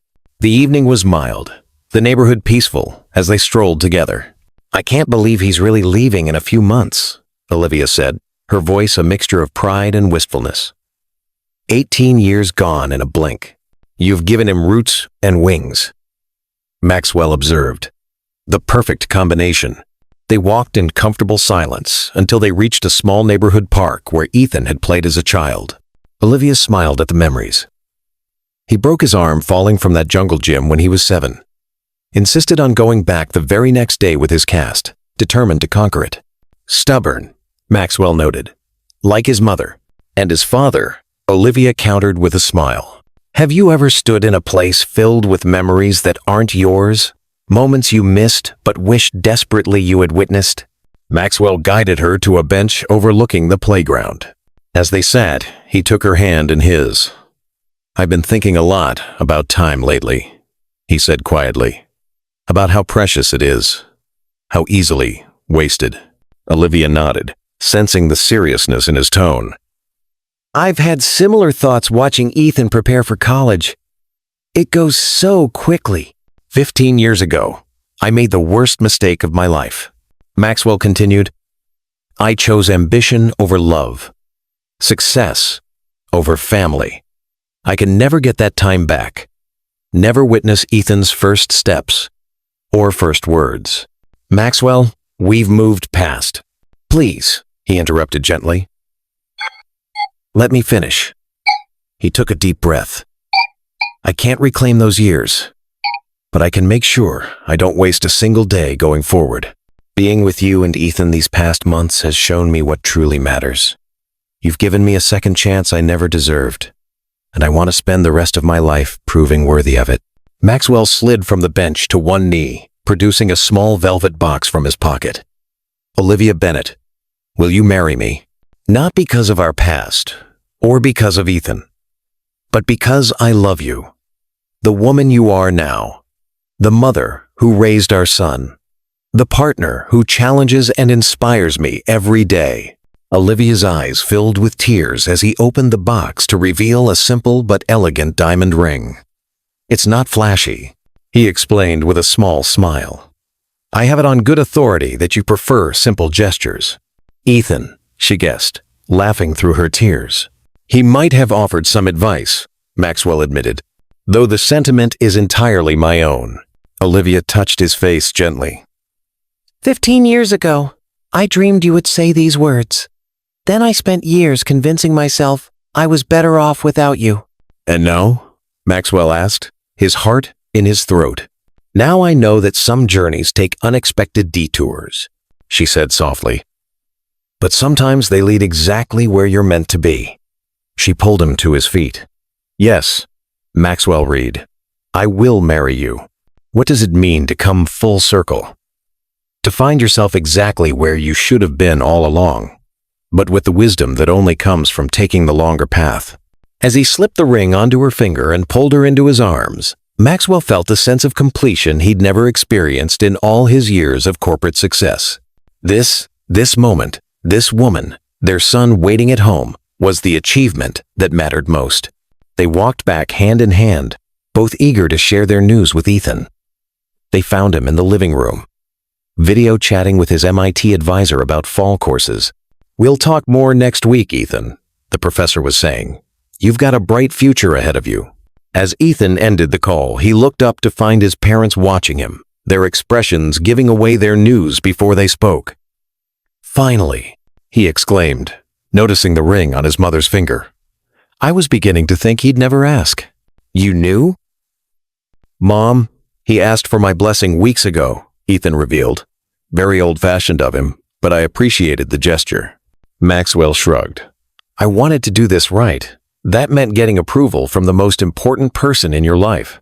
Olivia hugged her son tightly. You're okay with this? Truly? Are you kidding? Ethan pulled back to look at her. All I've ever wanted was for you to be happy, Mom. Both of you, he added, including Maxwell in his gaze. Besides, it's about time our family was official. Our family. The words warmed Maxwell's heart as he joined their embrace. From the doorway, Sarah watched with a satisfied smile. Well, it's about time, she declared. Now we have a wedding to plan before this genius heads off to college. The wedding was planned for July, a simple ceremony in the backyard of what was now truly their home. As the date approached, Maxwell found himself reflecting on the journey that had brought them to this point. From his shameful abandonment to the unexpected second chance that had transformed his life. One evening, as he reviewed quarterly reports from Reed Innovations, still thriving under Jessica Chen's leadership, Olivia joined him in the study they now shared. Working late? She asked, massaging his shoulders. Just finishing up, he assured her, setting aside the tablet. How's Sarah doing with the wedding preparations? Enthusiastically micromanaging everything, Olivia laughed. But I don't mind. It gives her purpose during her recovery, and honestly, I'm happy to let someone else handle the details. Maxwell pulled her onto his lap, savoring the casual intimacy they developed. As long as you show up and say, I do, the rest is just window dressing. Speaking of showing up, Olivia said, her tone shifting to something more serious. There's something we need to discuss before the wedding. That sounds ominous, Maxwell observed, studying her expression. Not ominous, just important. She took a deep breath. I want to change Ethan's last name. Legally, from Bennett to Reed. Maxwell stared at her, stunned by the suggestion. Olivia, you don't have to. It's not about having to, she interrupted. It's about acknowledging what's already true. You're his father. You've proven that in all the ways that matter these past months. What does Ethan think? Maxwell asked, emotion making his voice rough. It was his idea, Olivia revealed. He brought it up last week. Said that if I'm becoming a Reed, he wants to be one too. Maxwell felt tears prick his eyes. I don't deserve either of you, he said softly. Maybe not initially, Olivia agreed with gentle honesty. But you've earned this, Maxwell. You've become the man I always believed you could be. What does it mean to truly belong to someone? Not through obligation or biology alone, but through choice and commitment and love freely given. The day of the wedding dawned clear and perfect. The backyard had been transformed with simple white flowers and twinkling lights. A small gathering of friends and family assembled Sarah and her children, Diana and her husband, colleagues from Olivia's work, and a few of Maxwell's closest associates from Reed Innovations. As Maxwell stood beneath the flower-covered arch, waiting for his bride, he felt a presence beside him. Ethan, handsome in his first suit, had stepped up to serve as his best man. Nervous? Ethan asked with a knowing smile. Terrified, Maxwell admitted. Not about marrying your mother, that's the easiest decision I've ever made, but about living up to what you both deserve. You will, Ethan said with the simple confidence of youth. Because now you understand what matters. The music changed, and all eyes turned to the back of the garden where Olivia appeared, radiant in a simple ivory dress. As she walked toward them on Sarah's arm, Maxwell felt his heart might burst with love and gratitude. When she reached him, Ethan stepped forward in an unexpected moment. Before you begin, he said to the officiant, I have something I'd like to say. Surprised but pleased, the officiant nodded for him to continue. Ethan turned to face the small gathering. Most of you know that my father wasn't part of my life until recently. For 15 years, it was just my mom and me, facing everything together. He glanced at Olivia, whose eyes shone with tears. She worked 3 jobs to give me opportunities. She never complained, never made me feel like a burden, even when I know things were incredibly hard. He turned to Maxwell. And then my father came back, not with excuses or empty promises, but with a genuine desire to make things right, to be the father I needed and the partner my mother deserved. Ethan reached into his pocket and pulled out an envelope. Today isn't just about their marriage. It's about our family becoming whole. He handed the envelope to Maxwell. This came yesterday. I wanted to wait until now to share it. With trembling fingers, Maxwell opened the envelope to find legal documents, a name change petition already approved by the court. Ethan James Bennett was now officially Ethan James Reed. I couldn't think of a better wedding gift, Ethan explained, his voice thick with emotion. Than to tell the world, I'm proud to be your son. There wasn't a dry eye in the garden as Maxwell embraced his son, too overcome for words. When they separated, Olivia took both their hands in hers, forming a circle of 3. Now, she said to the officiant with a watery smile, I think we're ready to begin. The ceremony that followed was simple but profound. A celebration not just of Maxwell and Olivia's love, but of the family they had formed against all odds. As they exchanged vows, Maxwell added a special promise to Ethan. I missed 15 years of your life, years I can never reclaim, but I vow to be present for every moment going forward, to support your dreams, to celebrate your successes, to help you learn from failures, to be the father you deserve, today and always.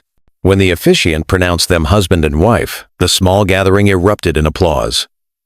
As Maxwell kissed his bride, he felt Ethan's hand on his shoulder. A family, united. At last, the reception that followed was joyful and relaxed. As evening fell, lanterns illuminated the garden where their guests danced and celebrated. Maxwell found a quiet moment with Sarah, who was resting her leg after dancing with her brother-in-law. Thank you, he said simply, for giving Olivia away today, for accepting me into your family. Sarah studied him with her characteristic directness. You know, when Olivia first told me you were back in their lives, I was skeptical. I thought you were just another rich guy trying to ease his conscience. A fair assessment at the time, Maxwell acknowledged. But then I watched you. Sarah continued. Through my recovery, through Ethan's college process, through all the daily challenges. You didn't just throw money at problems, though. Your financial support has been invaluable. You showed up. You put in the work. You became family. She raised her glass in a private toast. So welcome to the Bennett Reed clan, officially. We're messy and complicated and fiercely loyal. Once you're in for life. I wouldn't have it any other way, Maxwell assured her, clinking his glass against hers. Later, as the celebration wound down, Maxwell found Olivia and Ethan sitting together on the porch swing, deep in conversation. He paused, not wanting to interrupt their mother-son moment. But Olivia spotted him and waved him over. We were just talking about the future, she explained as he joined them, about how different everything is from what we expected a year ago. Good different, I hope, Maxwell said, settling beside her. The best kind of different, Ethan confirmed. Though Mom's getting emotional about me leaving for college. I'm allowed, Olivia defended herself. It's a mother's prerogative. We'll visit so often you'll be sick of us, Maxwell promised his son, and you'll be home for holidays and summers. About that, Ethan said hesitantly. I've been thinking. I want to intern at Reed Innovations next summer. Learn the business from the ground up. Maxwell raised an eyebrow, surprised. You've never expressed interest in the corporate side before. I'm not sure it's what I want long-term, Ethan clarified. But I'd like to understand what you've built. Maybe find ways to incorporate more social impact into the company's mission. Pride swelled in Maxwell's chest. I think that's an excellent idea. The company could benefit from your perspective.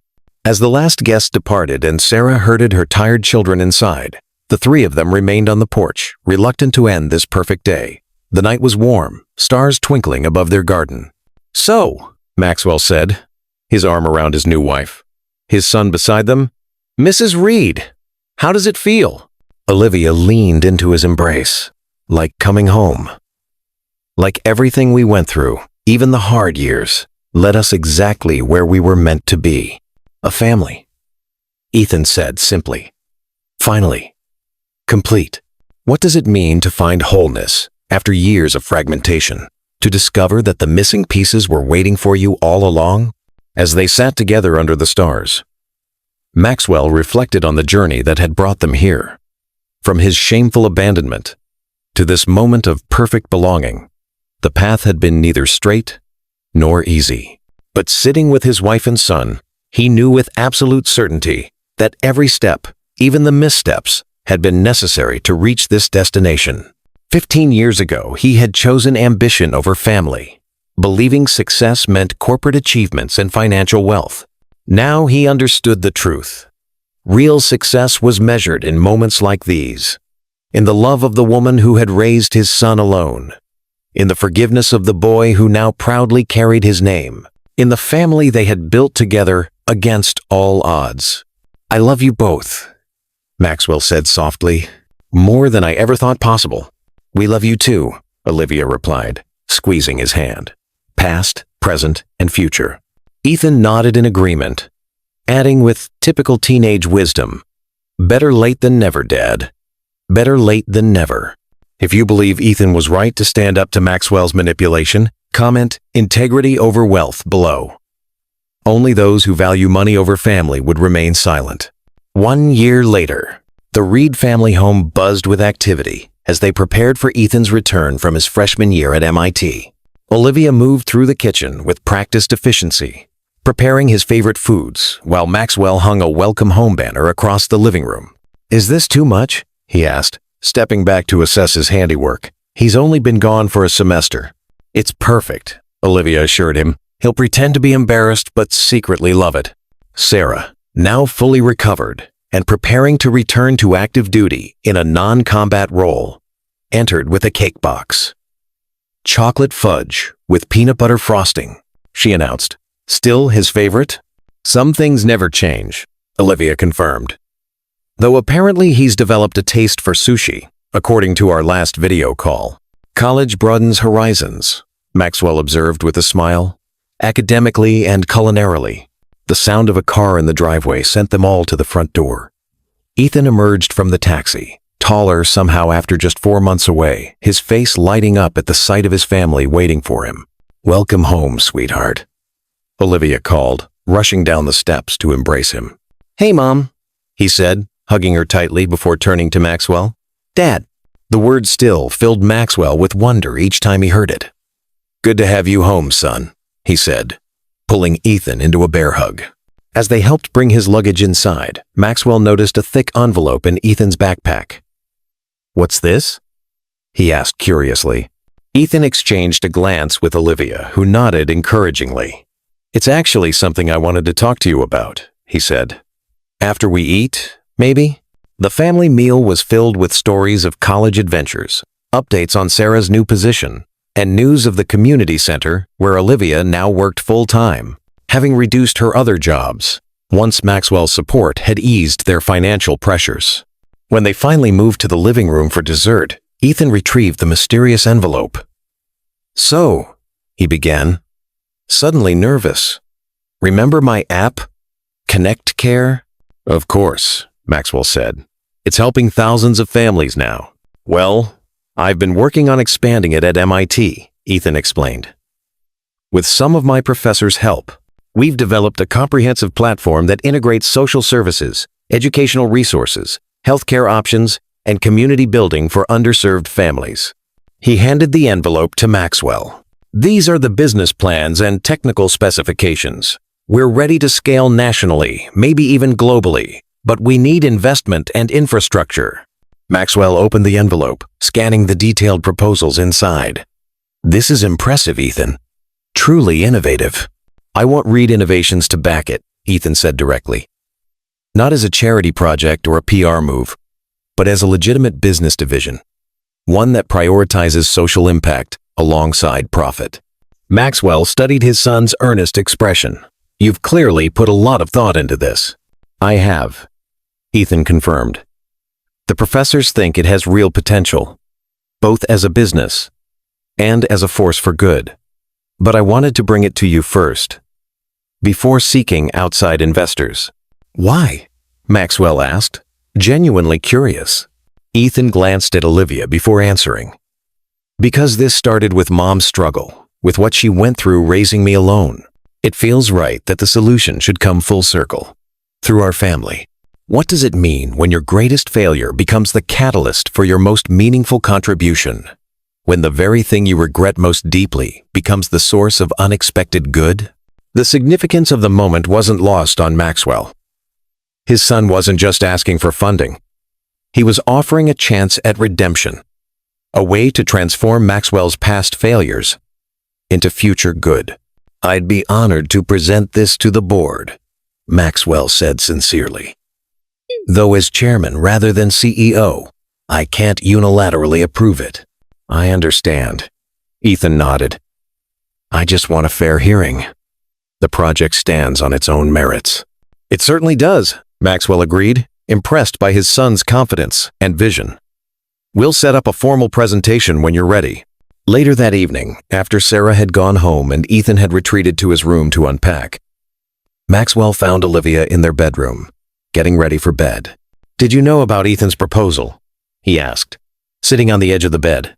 "He mentioned he was working on something important," she admitted, "but I didn't know the details until today." Maxwell shook his head in wonder. He's remarkable, Olivia. The way he's channeling his talents toward helping others that comes from you. "And his business acumen comes from you," she countered, sitting beside him. "He's the best of both of us, I think." "Better than both of us," Maxwell corrected gently. "He has your compassion without your stubbornness, and my drive without my selfishness." Olivia laughed softly. "I'm not stubborn.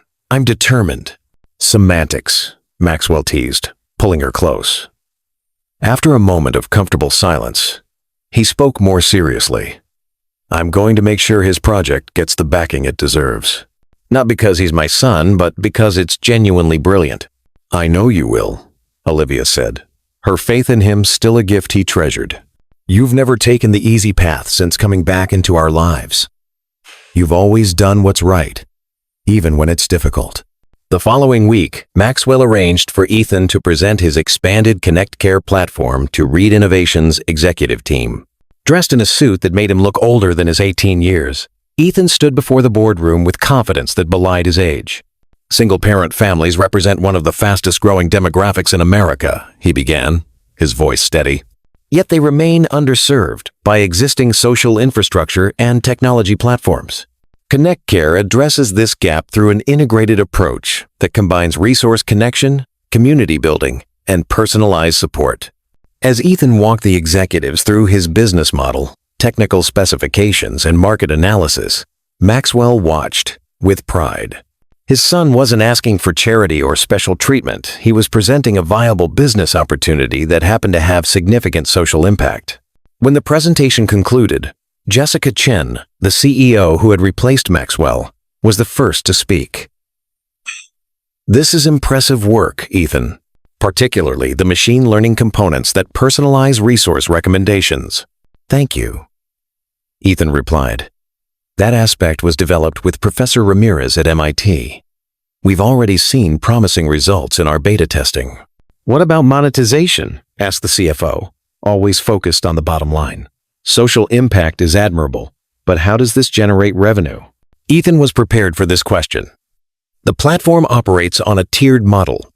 Basic services are free to families in need, funded through partnerships with government agencies and nonprofits who pay for access to our aggregated data and analytics.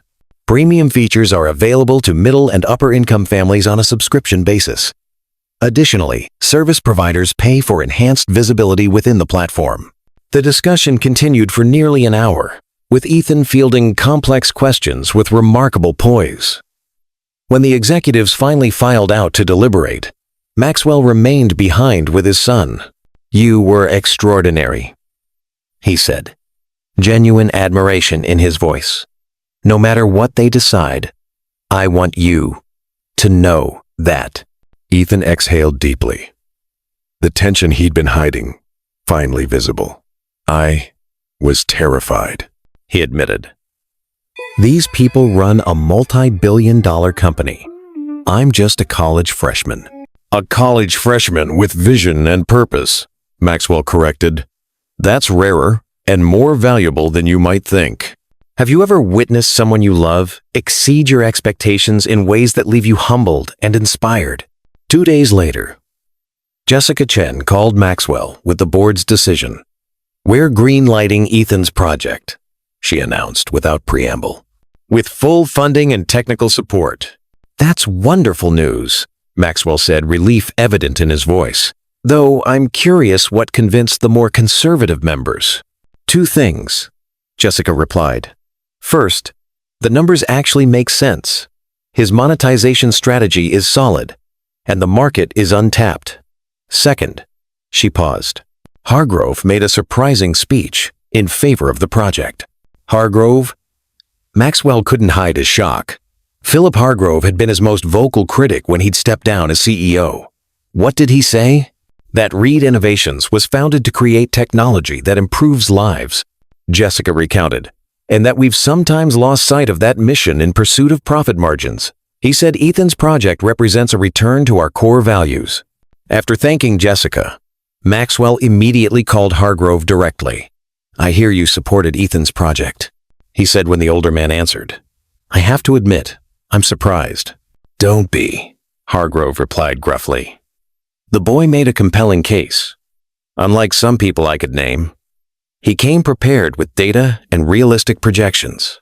Maxwell smiled at the backhanded compliment. Still, I appreciate your support. It means a lot to him, to both of us. A pause followed before Hargrove spoke again, his tone softer. You know, Reed, I was wrong about you. When you stepped down as CEO, I thought you were having some sort of midlife crisis. But watching you this past year, how you've balanced family responsibilities with corporate governance, how you've mentored Jessica, I've come to respect your choices. Thank you, Philip, Maxwell said, genuinely touched. That means more than you know. Don't get sentimental on me, Hargrove warned, reverting to his usual gruffness. I still think you're making a mistake, letting the boy start at entry level. With his talent, he should be fast-tracked. That's Ethan's choice, Maxwell explained. He wants to learn the business from the ground up, not trade on the family name. Integrity over advantage, Hargrove mused. Wonder where he gets that from. His mother, Maxwell answered without hesitation. Definitely his mother. When Maxwell shared the news with Ethan and Olivia that evening, their celebration was tempered by Ethan's insistence that he would work on the project during summer breaks and remotely during the school year. But his education remained the priority. Connect Care is important, he explained. But so is learning everything I can at MIT. I want to do this right, not just quickly.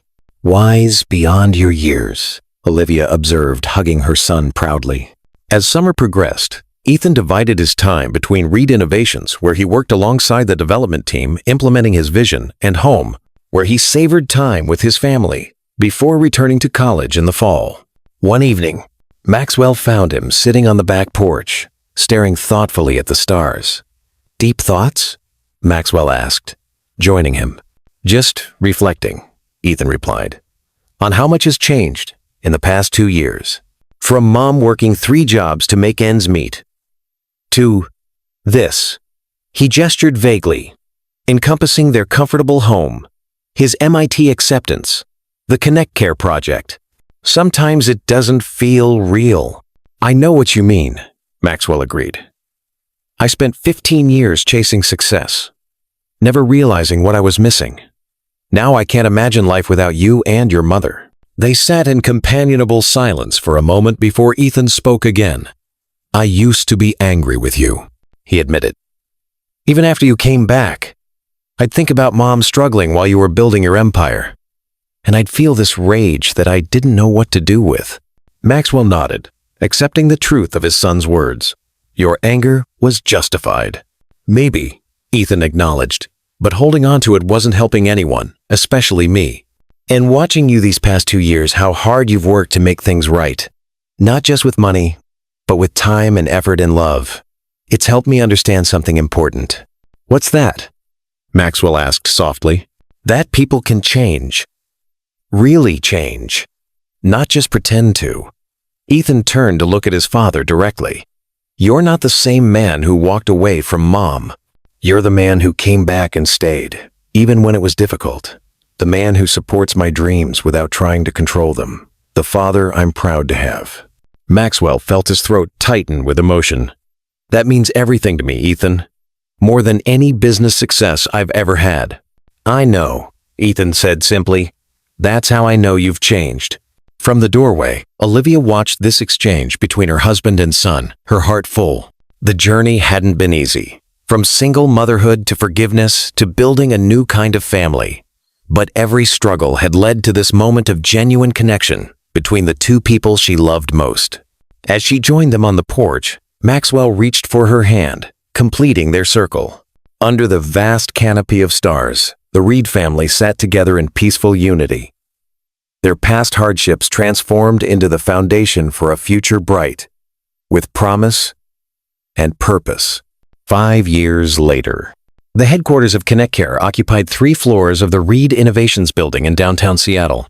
What had begun as Ethan's college project had grown into a thriving enterprise serving millions of families across the country, with international expansion underway. On this particular morning, the company was hosting a special event, the launch of the Olivia Bennett Foundation, a nonprofit organization dedicated to providing educational and career support for single parents. The atrium was filled with community leaders, corporate partners, and families who had benefited from Connect Care's services. At the center of it all stood Olivia, elegant in a simple blue dress, preparing to address the gathering. 5 years ago, she began, her voice clear and confident. My son had a vision to create technology that would make life easier for families, like ours families, where one parent carries the weight of both. What began as an app has grown into a movement, connecting communities and changing lives. She gestured to where Ethan stood nearby. now a MIT graduate and CEO of ConnectCare at 23. Today, we're expanding that vision through the Olivia Bennett Foundation, which will provide scholarships, career training, and childcare subsidies to single parents pursuing education and professional growth. Maxwell watched from the side of the stage, his heart swelling with pride. The woman who had once worked 3 jobs to support their son was now a powerful advocate for others facing similar challenges. The boy who had grown up without his father was now changing the world through compassion and innovation. And Maxwell himself had found purpose beyond corporate success, serving as chairman of Reed Innovations, while mentoring young entrepreneurs and advocating for corporate responsibility in the tech sector. As Olivia concluded her speech to enthusiastic applause, Maxwell joined her and Ethan on stage for the ceremonial ribbon cutting. Together, the 3 of them symbolically launched the foundation that would carry Olivia's name and embody her spirit of resilience and determination. Later, as they mingled with guests at the reception, a young woman approached them hesitantly, a toddler balanced on her hip. "Mrs. Reed?" she asked Olivia. "I just wanted to thank you personally. ConnectCare helped me find affordable childcare and a scholarship program. I'm graduating with my nursing degree next month." "That's wonderful," Olivia said warmly, genuinely delighted by the woman's success. "I read your story," the woman continued, "about raising Ethan alone, working multiple jobs. It gave me hope when I really needed it." As Olivia chatted with the young mother, Maxwell reflected on the ripple effects of their family's journey. The pain of his abandonment and Olivia's struggle had been transformed into a force for good, touching lives they would never even know.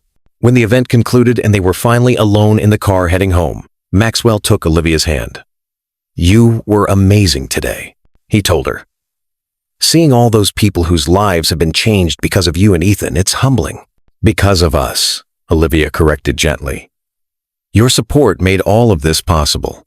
"No," Maxwell shook his head. "You and Ethan laid the foundation long before I returned.